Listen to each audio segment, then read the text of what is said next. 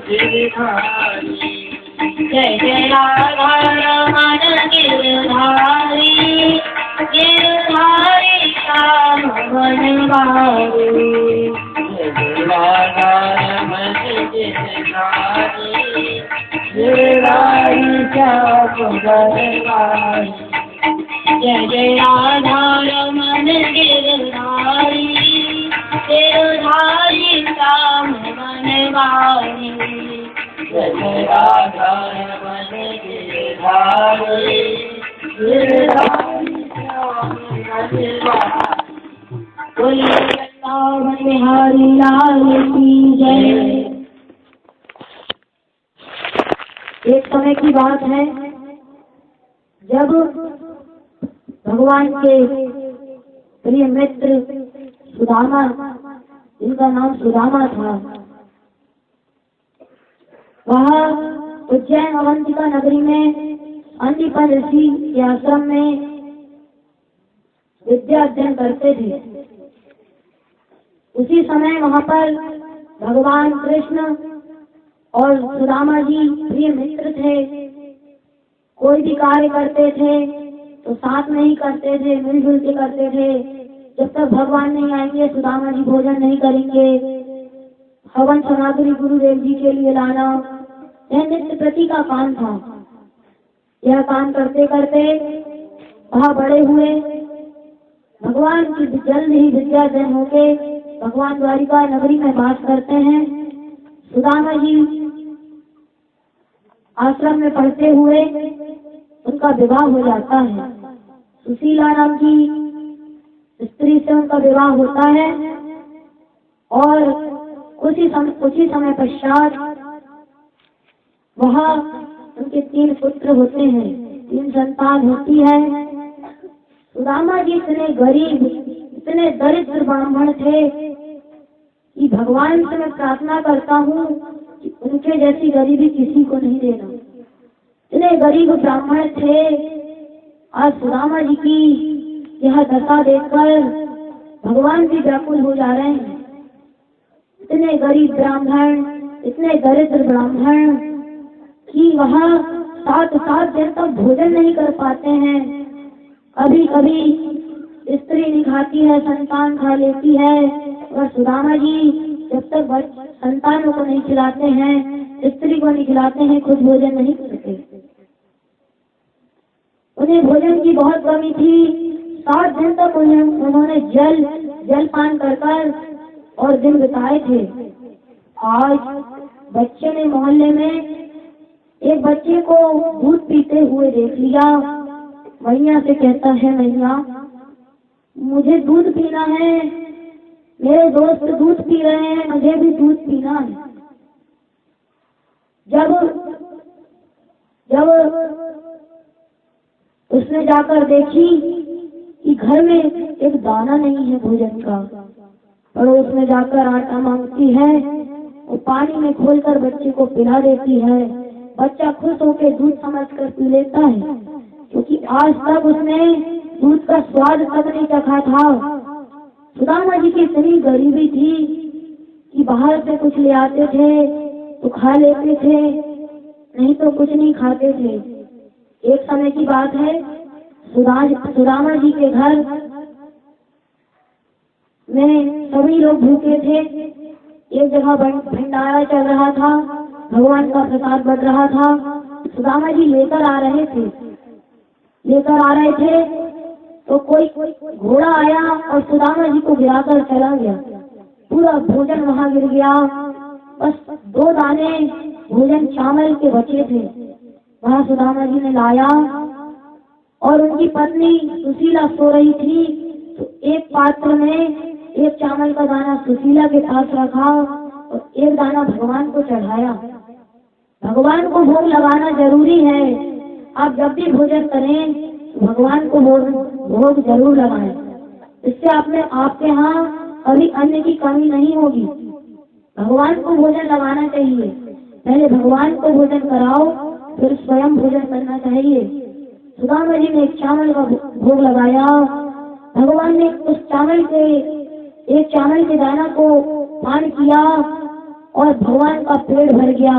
और पुराणों में भी कहा गया है कि भगवान ने भोजन कर लिया तो सारी सृष्टि ने भोजन कर ली, सारी सृष्टि का पेट भर जाता है। इसी प्रकार सभी का पेट भर गया और एक दाने से उनका पूरा घर चल रहा था। इसी प्रकार से जब सुशीला ने देखा कि हमारी तो गति बहुत ही खराब होती जा रही है, दिन ब दिन हमारी संतान भूखी मर रही है, अब हमें क्या करना चाहिए। तो पहले से ही सुदामा जी बताते रहते थे कि हमारे एक मित्र हैं कृष्ण, वो तो अभी बहुत बड़े हो गए होंगे, बहुत बड़ा राजमहल होगा उनका। तो यह सुनकर वही भगवान की पूजा भी करते हैं। द्रौपदी सुशीला बोलती है कि नाथ, यदि आपके मित्र इतने बड़े हैं तो उनसे कुछ मांगते क्यों नहीं? यदि आपके मित्र इतने बड़े हैं तो उनसे कुछ मांगो, तो तुमको देंगे तो आपकी यह गरीबी खत्म हो जाएगी, समाप्त हो जाएगी। तो सुदामा जी का मन ऐसा नहीं था, नहीं मैं तो भगवान के भजन करूंगा, मैं नहीं जाता। बार बार हट करती है, क्या बोलती है? द्वारिका जाऊं जी द्वारिका जाऊं और 8 भुजाम द्वारिका जाऊं, बार बार द्वारिका जाऊं करती रहती है। सुदामा जी चिढ़ जाते हैं, बोले ऐसी बात है तो मैं जाऊंगा, जा भेंट लेके आ। कभी भी हो आप भी ध्यान करिए, सुदामा जी भी अपनी मर्यादा पर चल रहे हैं। वो बोलते हैं कि हम किसी के भी घर जाएं तो कुछ भेंट लेके जरूर जाना चाहिए। मैं अपने मित्र के यहाँ जा रहा हूँ, कुछ भेंट तो दे। यह सुनकर सुशीला जी जाती है तो पड़ोसन के यहाँ जाती है और कहती है कि पड़ोसन भाई, मेरे पति द्वारिका जा रहे हैं, मुझे चावल दे दे। सुन मेरी पड़ोसन भाई, मेरी पिया द्वारिका जाई। मेरी पड़ोसन भाई, मेरी पिया द्वारिका जाई। मेरी पड़ोसन भाई, मेरी पिया द्वारिका जाई। नहीं मैं तुझे को कुछ भी चावल आई। मेरी पड़ोसन भाई, मेरी पिया द्वारिका जाई।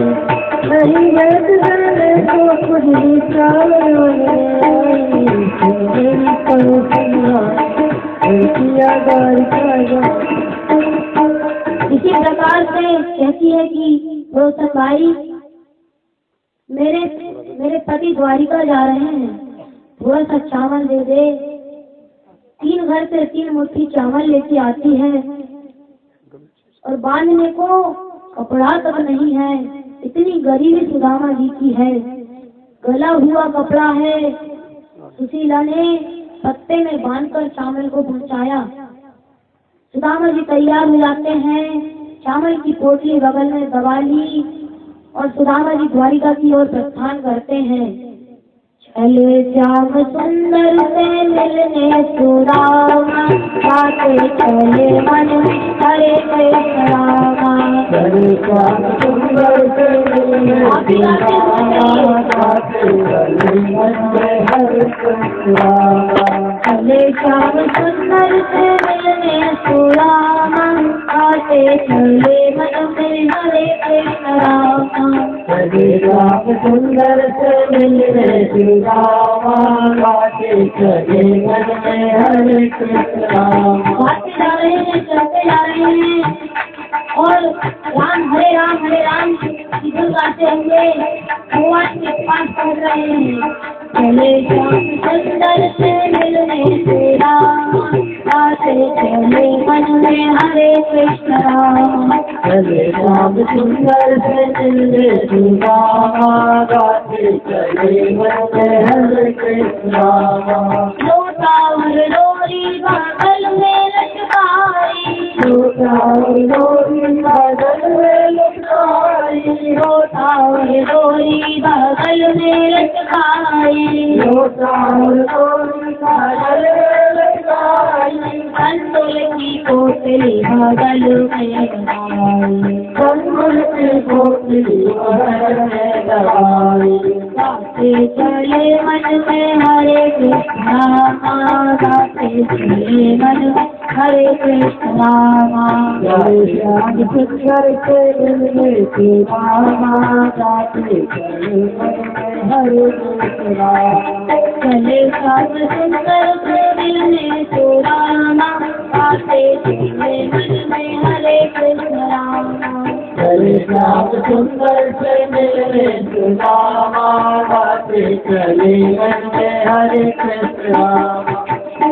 ये रसावत हरि लाल की जय। गाते चल रहे हैं सुदामा जी, थोड़ी दूर चलते हैं और थक जाते हैं।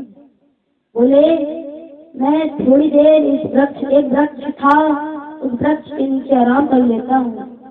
आराम करने के लिए बैठते हैं, वहीं सुदामा जी को निद्रा आ जाती है।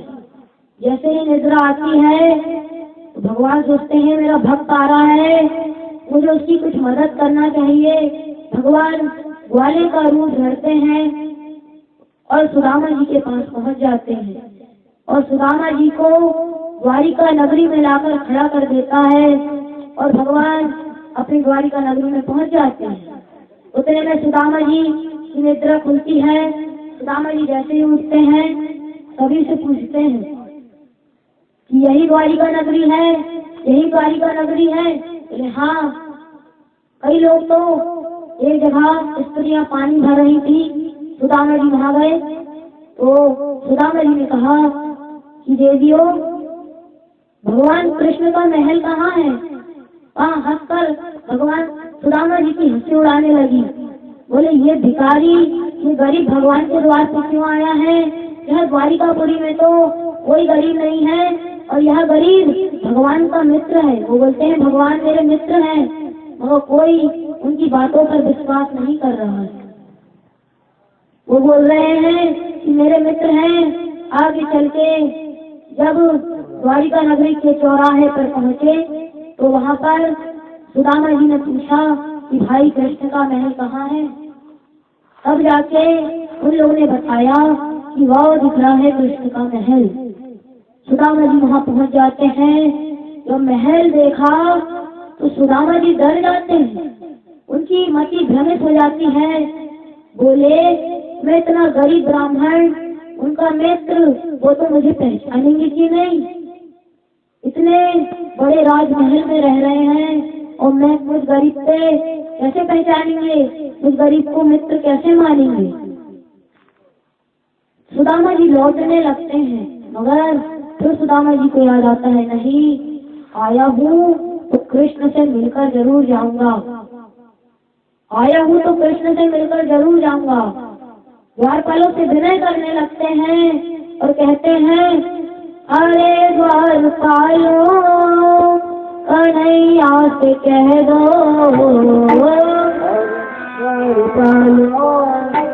कन्हैया से कह दो कि मिलने सुदामा खरीदा गया है। मिलने सुदामा खरीदा गया है। कि मिलने सुदामा खरीदा गया है। मिलने सुदामा खरीदा गया है। भटकते भटकते न जाने कहाँ से, भटकते भटकते न जाने कहाँ से हमारे महल के करीब आया है। तुम्हारे रहने के करीब आ गया है। इसी प्रकार द्वारपालों की विनय कर रहे हैं, बोलते हैं विनय कर रहे हैं कि भाई कन्हैया से कह दो कि मैं उनका मित्र, उनसे मिलने आया। द्वारपाले लोग वहीं की वहीं कहने लगते हैं अरे ये तो कोई भिखारी है, भटकते भटकते हमारे महल के करीब आ गया है, तो भगवान को अपना मित्र बना रहा है। एक द्वारपाल समझदार था, उसने कहा ब्राह्मण देवता, भगवान के दरबार में ब्राह्मणों का सम्मान किया जाता है, बहुत ब्राह्मण आए हैं भगवान के महल में, मगर आप जैसा ब्राह्मण हमने आज तक नहीं देखा। आप यहीं रुकिए, मैं भगवान को बताकर आता हूँ। वह द्वारपाल भगवान के पास पहुंच जाता है और कहता है कि भगवान, हमारे महल में एक गरीब ब्राह्मण आया है। भगवान कहते हैं, गरीब ब्राह्मण? हाँ। तो बोले, उसके इतना दरिद्र ब्राह्मण है, क्या कहता है? शीश पगाना जगाओ तन में प्रभु, जाने को आही बसे के ही ग्रामा। बोले कि इसका ना शीश में कपड़े हैं, ना पैर में चप्पल है, और हमारे ग्राम में आ बसा है। क्या कहता है? इसकी धोती भी फटी है। धोती फटी सी लटी दुपटी आरू, पायो कहानी को नाही सामा। और पूछत दीन दयाल को नाम, बतावत आपुन नाम सुदामा। की धोती फटी हुई है, धोती फटी हुई है, दुर्लभ सा है उसका शरीर है। हम देखते तो चकित रह गए हैं। चकित सो वसुधा अभिरामा। हम देखकर चकित रह गए हैं और पूछते हैं उसका नाम, तो बताता है अपना नाम सुदामा। सुदामा। जैसे ही भगवान ने सुदामा नाम सुना, सुदामा, हाय मित्र सुदामा, हाय मित्र सुदामा, भगवान अपनी सुध-बुध गवा देते हैं और सुदामा नाम सुनते ही सिंहासन से कूदकर दौड़ जाने लगते हैं। भगवान ने अपना पीतांबर छोड़ दिया, अपनी चप्पल छोड़ दी और सुदामा के पास दौड़े चले आ रहे हैं। और दौड़े चले आते हैं, आकर कुछ नहीं देखा, सीधे सुदामा को गले लग जाते हैं, गले लगा लेते हैं और फिर राजमहल के अंदर ले जाते हैं। सुदामा जी जाते हैं तो नीचे बैठने लगते हैं, तो कहते नहीं मित्र, ऊपर बैठो, मैं अपने भक्त को ऊपर बैठालता हूँ। तुमने मेरे इतने भजन किया, इतने दिन मुझसे दूर रहे, मेरे बराबरी में बैठो। भगवान ने सिंहासन पर अपने सुदामा जी को बैठाल दिया। सुदामा जी को बैठाल दिया तो सुदामा जी कहते हैं कि बोले नहीं कान्हा, मैं इस गद्दी पे बैठने का हकदार नहीं हूँ। सुदामा जी, कृष्ण जी कहते हैं नहीं, तुम मेरे भक्त हो, मेरे मित्र हो, मैं तुम्हें अपने बराबर में जरूर बैठाऊंगा। अब सुदामा जी की दशा देख रहे हैं और सुदामा जी से कहते हैं भगवान, कहते हैं कैसे बिहाल दिवाइन ते पग, कंठक जाल गए पूनी जाए। और हाय महादुख पायो सखा तुम, और आए नए देखते दिन खोए। सुदामा जी से कहते हैं मित्र, ये कैसा बेहाल बनाए हो, ऐसा बेहाल बनाए हो कि कांटे गड़े हैं। और हाय महादुख सखा, मुझे इतना दुख हो रहा है, इतने दिन से कहाँ खोए थे मित्र, इतने दिन से कहाँ खोए थे। यहाँ सरकार भगवान ने पात्र बुलवाया, जल बुलवाया और सुदामा जी की दशा को देखते हैं। क्या देखते हैं? और देखी सुदामा की दीन दशा, करूं ना करके करुणा निधि रोए। भगवान आज इतने रो रहे हैं, इतने व्याकुल हो जाते हैं कि चरणों को देखकर व्याकुल होना। पैरों में कांटे गड़े हुए हैं, रक्त की धार बह रही है, कंकड़ गड़े हुए हैं। सुदामा जी रोने लगते, भगवान रोने लगते हैं, सुदामा जी भी रो रहे हैं। और पानी परात को हाथ छुओ नहीं, और नैनन के जल से पग धोए। भगवान ने जल जरूर बुलवाया, पर नैनन के जल से इतना रोया भगवान ने, इतना रोया सुदामा जी की दशा देखकर कि भगवान ने अपने आंसुओं से सुदामा जी के पैर को धो दिया। सुदामा जी के पैर को धो दिया।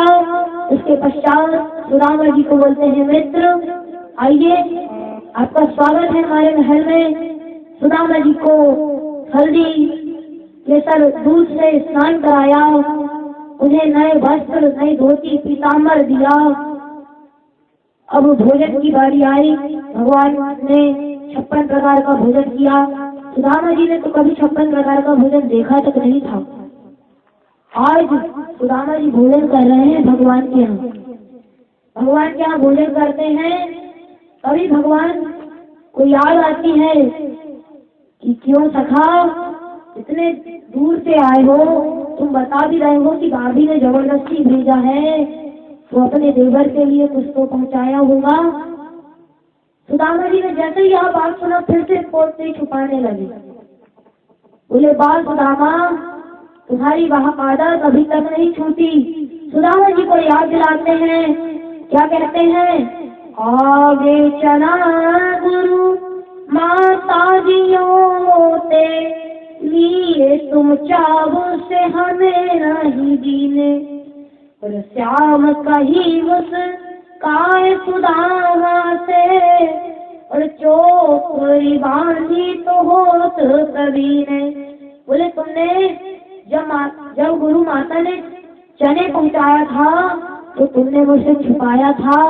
याद आया सुदामा, हम जब वन में लकड़ी काटने गए तो तुम चुपचाप से खा रहे थे, और मैंने पूछा कि तुम क्या खा रहे हो, तो तुमने कहा, क्या कहा? कुछ नहीं, यहाँ वहाँ वर्षा हो रही थी तो कहा कि ठंडी के मारे दांत पिटा रहे हैं। तुमने मुझे से झूठ कहा सुदामा, यह ही तुम्हारे कर्म का फल है। कहते हैं यही तो तुमने किया है। इसी प्रकार मैं आपको शिक्षा देता हूँ। सुदामा जी ने क्या कहा, क्या करा? गुरु से कपट, मित्र से चोरी, और क्या हो निर्धन क्या हो कोई। अब गुरु से कपट करते हैं, यदि मित्र से चोरी करते हैं तो क्या निर्धन होगा और क्या कोड़ी होगा। यहाँ सुदामा जी ने किया है मित्र से चोरी, बहुत बड़ी बात होती है। यहाँ मित्र से तो चोरी की है, उसके साथ साथ भगवान से भी चोरी की है, भगवान से भी चोरी की है। इसी प्रकार सुदामा जी जब पोते छुपाने लगे तो तंदुल मांगवत मोहन विप्रही, और सकोच से देत नहीं अभिलाषे। जब पोटली मांगी मोहन ने तो संकोच करने लगे। भगवान सुदामा जी कान्हा से नहीं डर रहे थे। सुदामा जी तो 16,108 रानियों से डर रहे थे कि अरे इन लोगों ने कुछ तो सोचा होगा कि इतना मित्र है तो कुछ तो लाया होगा। इन लोग तो मेरी पत्नी और मुझको क्या कहेंगी कि 3 मुट्ठी चावल लाया है। संकोच करने लगते हैं और कहते हैं, तंदुल मांगत मोहन विप्रही, और संकोच ते देत अभिलाषे। और मैं नहीं पास कहूँ, मैं नहीं पास कछु कहीं के, कहीं गोत धनी विपतंख राखे। अरे क्रिस्तो दो सुदामा, उनने छुड़ा लिया और छुड़ाकर भगवान खाने लगे। ओ लक्ष्मी दीन दयाल कहाँ यहाँ, चोरी करी तुम ये हंस मांगे। बोले कान्हा, सुदामा जी से कान्हा से बोलते हैं कि तुम ऐसे मांग रहे हो जैसे मैंने चोरी से लाया हूँ। अरे तुमने तो चोरी करना नहीं छोड़ी हो, और खोल को पोट अछोट मोटी धरी, और गिरी धारण चावल चाव तो चाखे। भगवान 1 मुट्ठी चावल चाखा, 2 मुट्ठी चावल चाखा, तीसरी मुट्ठी चाख ही रहे थे कि रुक्मणी जी ने भगवान का हाथ पकड़ लिया। वो कहती है कि अरे महाराज, यदि आप ही सब खा लोगे तो हमारे लिए क्या छोड़ोगे, हम भी तो खाएंगे। यह कहकर बोलती है, बोले यदि आप क्या कहती है, हाथ रहे प्रभु को कमल